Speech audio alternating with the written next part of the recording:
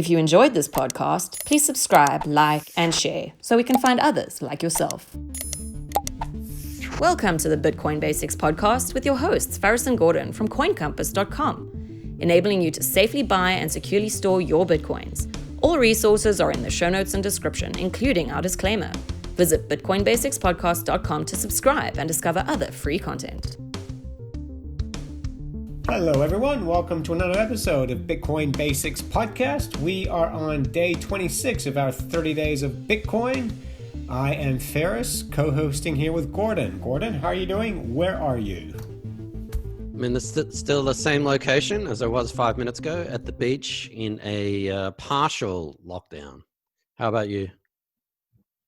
I am still in the same location as well. So for those of you listening, we are doing about 3 podcasts in a row now. The date is the 26th of April.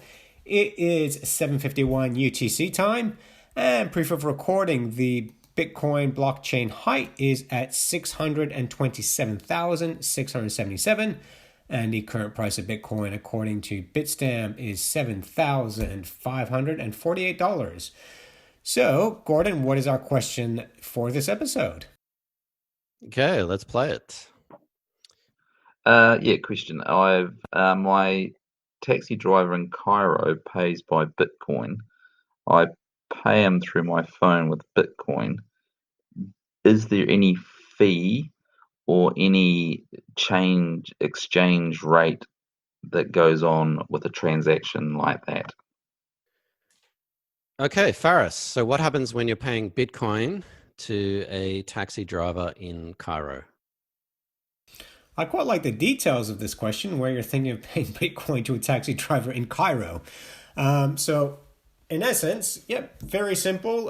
So the question used the example of a mobile wallet. So if you're traveling around the world, you can have Bitcoins on your phone. The cab driver, let's say he'd have a QR code on the dashboard of his taxi. You could send Bitcoins directly from your phone to him just by scanning that QR code. That simple, that quick. And then the question relating to currency exchange and fees. So first of all, the fees. Now, this is what I love about Bitcoin and that other people tend to appreciate as well, is that you determine as the user, the person sending Bitcoins, how much fees you want to pay. If you want Bitcoins to get there very quickly, then you can pay a little bit more in fees. If you want to be economical, then you can just basically put in even 0 fees if you want to, or there is a very, very small amount. And it just means it will take a bit longer for the Bitcoins to get there. So you actually, as the user, determine how many fees you want to pay. With currency, so currency and Bitcoin only apply when you're buying your Bitcoins and then selling them, but not when you're transferring. So for example, if I were to buy 1 Bitcoin today, that's 7,500 US. If I were to buy 1 Bitcoin in New Zealand dollars, would that be closer to about 11,000 New Zealand dollars? But once you're in the Bitcoin ecosystem, 1 Bitcoin is 1 Bitcoin regardless of where you go.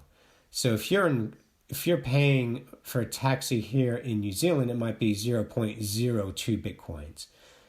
A same length taxi drive in Egypt will be 1/10 of that, 0.0002 Bitcoins. So the Bitcoins don't change from your wallet to the recipient. There's no there's no currency exchange involved there because it's Bitcoin to Bitcoin. So completely disagree with that, because the taxi ride is not priced in Bitcoin. The taxi ride is priced in the local currency and then converted to Bitcoin. Yeah, okay. No, I know it's semantics there. No, it's not semantics, because we don't have things priced in Bitcoin. So everything is priced in dollars or whatever the local currency is. And so something has to determine what that is. So I'm sure in reality, the taxi driver doesn't just look up the price of Bitcoin on Bitstamp and then convert it to Bitcoin. He probably uses some sort of service. He may use his Bitcoin wallet, whatever that is, for the exchange rate. But he needs to use something, some reference, whether it's a Bitcoin exchange or a Bitcoin wallet, to transfer it into Bitcoin. Or he could actually charge Bitcoins per minute. He can do that. There's nothing preventing him from doing that. So, but I think the nature of the question was, if I bought my Bitcoins in Australia, New Zealand, or America, and then I'm sending them to someone who is in a completely different currency, how is that affected? That was the nature of the question, I think, is there currency exchange because I purchased my Bitcoins from a wallet in New Zealand and then I am sending them to someone in Egypt? That really, I think, was where the question was going, is there a currency exchange in that? Because there would be from local currencies. So yeah, once you're in Bitcoin, you send Bitcoins to some other person. There's no other currency involved.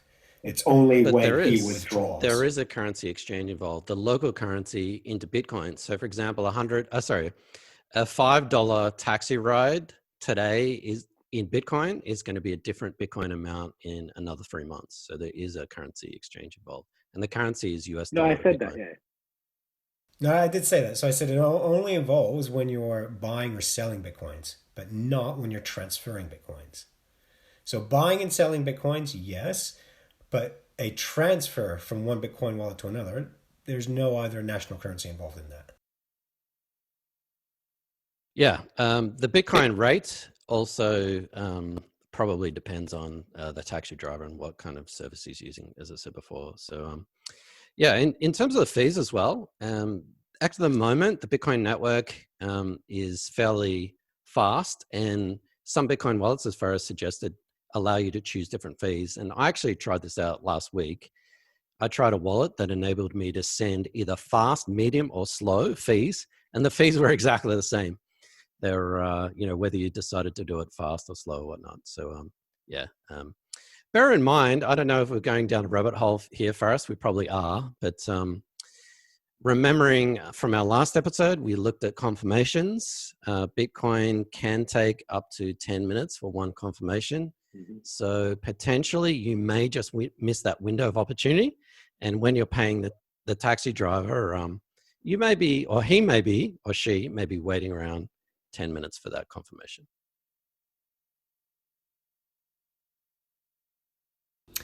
Yeah, and again, it depends on a taxi driver. If you're doing it in front of them and they're watching you do it on your phone, the fact that they've seen the receipt pop up on your phone, that might be confirmation enough for them. They're not going to want to wait around when they actually can physically see you do it. I would do it. I would send a screenshot and then I'd reverse that transaction and I've got a free taxi ride. Yeah. See, a lot of people wouldn't know how to do that, so we've probably just shown them how.